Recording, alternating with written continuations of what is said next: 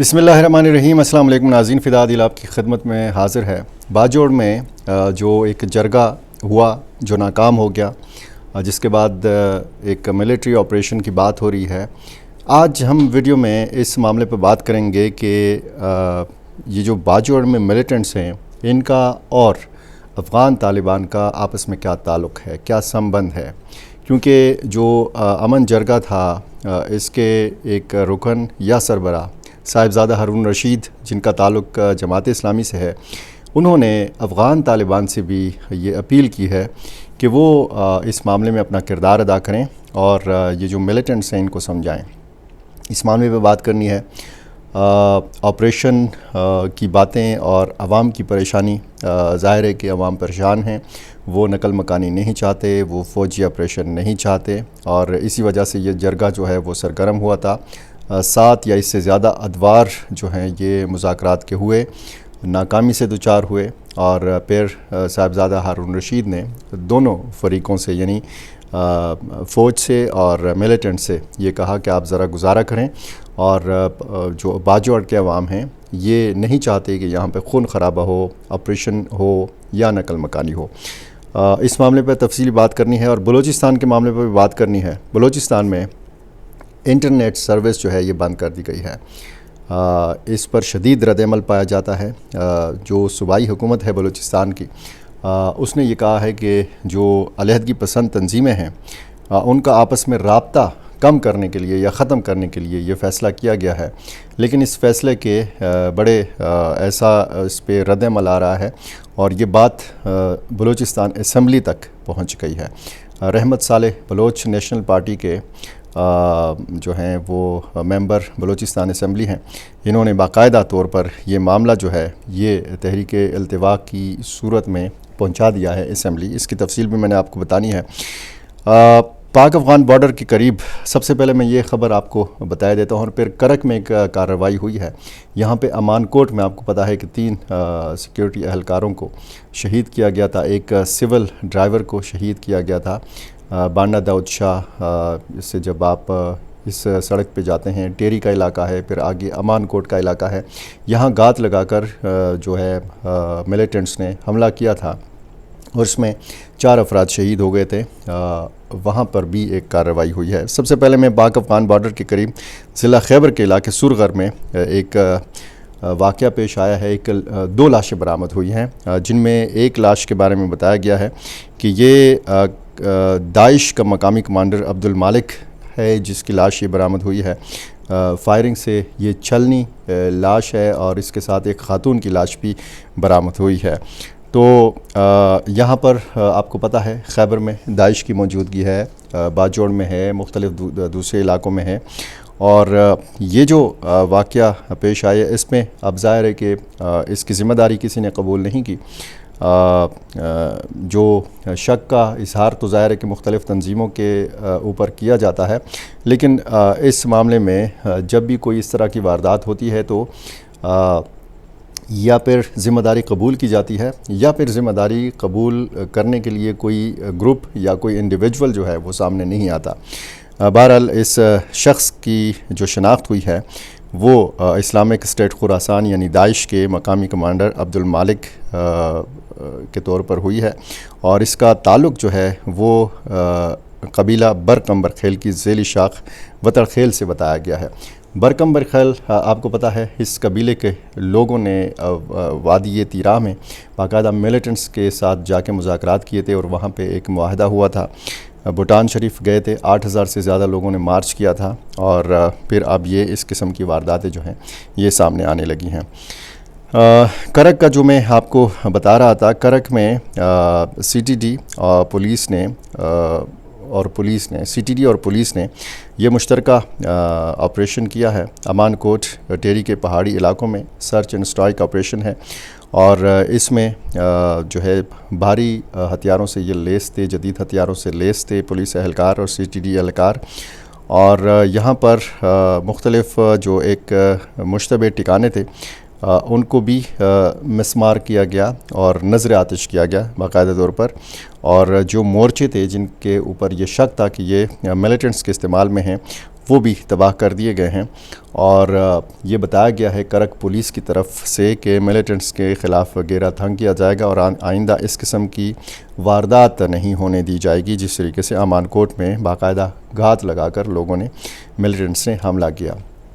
کرک کو نسبتاً پرامن ضلع قرار دیا جاتا ہے، لیکن یہ ایک بہت وسیع رقبے کے اوپر پھیلا ہوا ہے، اور جس روڈ کی یہ بات ہو رہی ہے یہ تحصیل بانڈا داؤد شاہ سے آپ جب ٹیری اور پھر امان کوٹ اور آگے پھر یہ ٹل کرم اور پھر شمالی وزیرستان اور آگے جا کے پھر افغانستان کے ساتھ یہ علاقہ ٹچ ہوتا ہے، تو اس لیے اس علاقے کی حساسیت جو ہے وہ بہت زیادہ ہے۔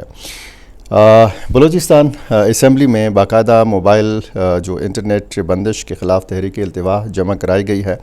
یہ نیشنل پارٹی کے جو ڈپٹی پارلیمانی لیڈر ہیں بلوچستان اسمبلی میں میر رحمت صالح بلوچ نے صوبے میں انٹرنیٹ بندش کے خلاف تحریک التوا جمع کرائی ہے۔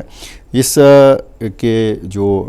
کی تحریک کا جو متن ہے اس میں یہ کہا گیا ہے کہ 6 اگست کو حکومت نے بلوچستان میں موبائل انٹرنیٹ 4G اور 5G سروس بند کر کے 31 اگست تک معطل کرنے کے احکامات جاری کیے ہیں، جس سے صوبے میں لوگوں کی زندگی مفلوج ہو گئی ہے اور تمام کاروباری سرگرمیاں ٹھپ ہو چکی ہیں۔ تمام یونیورسٹیوں، کالجز اور اسی طرح جو تعلیمی ادارے ہیں ان میں تعلیمی سلسلہ رک گیا ہے۔ آن لائن کلاسز لینے والے اسٹوڈنٹس کی پڑھائی اور آن لائن بزنس کرنے والے لوگوں کا کاروبار جو ہے یہ متاثر ہوا ہے، یہاں تک کہ لا اینڈ آرڈر قائم کرنے والے ادارے بھی مفلوج ہو گئے ہیں اور ٹریفک پولیس بھی چالان نہیں کر پا رہی۔ انہوں نے انٹرنیٹ بندش کو بنیادی انسانی حقوق کی صریح خلاف ورزی قرار دیتے ہوئے کہا ہے کہ عوام میں بے چینی اور کرب کی کیفیت ہے، اس لیے اسمبلی کی کارروائی روک کر اس اہم مسئلے پر بحث کی جائے اور فوری طور پر انٹرنیٹ سروس بحال کر کے عوام کو مشکلات سے نجات دلائی جائے۔ اس حوالے سے میں کہیں پڑھ رہا تھا کہ بلوچستان حکومت کا موقف یہ ہے کہ مختلف جو ملیٹنٹ گروپس ہیں، جو علیحدگی پسند تنظیمیں ہیں، دہشت گرد تنظیمیں ہیں، ان کا آپس میں رابطہ توڑنے کے لیے یہ فیصلہ کیا گیا ہے کہ یہاں پر انٹرنیٹ کی سہولت جو ہے یہ بند کر دی جائے، اور آپ کو پتہ ہے کہ آج کے جدید دور میں جب انٹرنیٹ کو بند کیا جاتا ہے تو کس قدر زندگی جو ہے یہ مفلوج ہو کر رہ جاتی ہے۔ بہرحال رحمت صالح بلوچ نے بر وقت یہ معاملہ اسمبلی تک پہنچایا ہے۔ دیکھنا اب یہ ہے کہ بلوچستان اسمبلی اس حوالے سے کیا اپنا کردار ادا کر سکتی ہے۔ انٹرنیٹ کی بندش یا پھر سڑکوں کی بندش یہ مسئلے کا حل نہیں ہے۔ آپ خیبر پختونخوا میں اگر دیکھیں تو جنوبی ضلع بنو، اس کی اہم شاہراہیں جو ہیں یہ بند رکھی گئی ہیں۔ بنو شہر میں جو بنو میران شاہ روڈ ہے، جس جگہ پہ یہ بند کیا گیا ہے، یہ فاصلہ صرف 2 یا 3 منٹ کا فاصلہ ہے، لیکن لوگوں کو متبادل راستے اختیار کرنا پڑتے ہیں اور پھر لوگوں کو 1.5، 2 یا 2.5 گھنٹے تک ذلیل و خوار ہونا پڑتا ہے ٹریفک میں۔ تو یہ مسائل کا حل نہیں ہے، اس حوالے سے ضرور ریاستی اداروں کو سوچنا چاہیے۔ اچھا، باجوڑ میں جو معاملہ چل رہا ہے وہ خاصا ایک تشویشناک صورت اختیار کر گیا ہے۔ جو صاحبزادہ ہارون رشید نے تقریر کی ہے اس جرگے کی ناکامی کے بعد، وہ ایسا لگتا ہے کہ انہوں نے ہاتھ اٹھا لیے ہیں، انہوں نے ہینڈز اپ کر لیا ہے اور باقاعدہ وہ یہ بے بسی کا اظہار کر رہے ہیں اور اپیل کر رہے ہیں دونوں فریقوں سے، یعنی ملٹری سے اور ملیٹنٹس سے، کہ آپ گزارا کریں اور یہاں پہ آپریشن نہ کریں، ایک دوسرے کے خلاف جنگ نہ کریں، لڑائی نہ لڑیں، کیونکہ اس میں عام شہریوں کا نقصان ہوتا ہے۔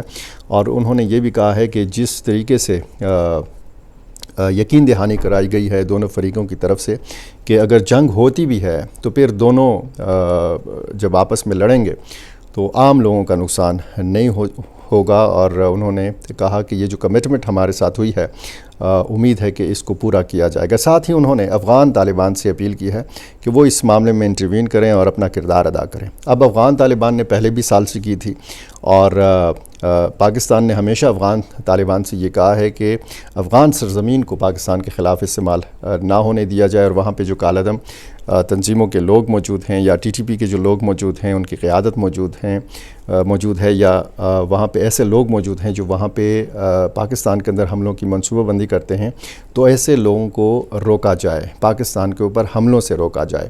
اور اس سے پہلے جب عمران خان وزیر اعظم تھے، جنرل باجوہ آرمی چیف تھے، فیض حمید ISI کے سربراہ تھے، پھر بعد میں وہ کور کمانڈر پشاور بنے. تو اس زمانے میں جب مذاکرات ہوئے تھے تو وہ افغان طالبان کی ثالثی میں ہوئے تھے، اور ریاست پاکستان نے افغان طالبان کی ثالثی کو استعمال کرتے ہوئے TTP کے ساتھ مذاکرات کیے تھے. تو اس کا بھی ایک بھیانک انجام جو ہے وہ ہم نے دیکھا. پھر اس میں بلیم گیم بھی شروع ہوئی، اس میں پھر الزامات بھی لگے. اس میں یہ بھی کہا گیا کہ جی 102 103 ہارڈ کور ملیٹنٹس جو ہیں وہ جیلوں سے رہا کیے گئے. 40,000 لوگوں کو افغانستان سے لا کر پاکستان میں بسایا گیا. اس میں ایگزیجریشن ہے، یہ جو اعداد و شمار ہیں ان میں مبالغہ ہے. لیکن ظاہر ہے کہ سیاستدان بھی اور سیاسی جماعتیں بھی ایک دوسرے کے اوپر الزامات لگاتی ہیں. تو آج تک وہ سلسلہ چل رہا ہے. اب صاحبزادہ ہارون رشید کا افغان طالبان سے یہ اپیل کرنا، ظاہر ہے کہ اس سے پتہ لگتا ہے کہ یہ جو پاکستانی ملیٹنٹس ہیں یا جو باجوڑ کے جو ملیٹنٹس ہیں ان کا بڑا قریبی رابطہ رہا اس دوران، کیونکہ یہ جو باجوڑ کا جرگہ تھا یہ جاتا رہا ان ملیٹنٹس کے پاس، اور یہ ملیٹنٹس تاریخ پہ تاریخ دیتے رہے، مہلت مانگتے رہے، اور وہ کہتے رہے کہ جی ہماری رہبری جو شورا ہے ہم ان سے رابطہ کریں گے.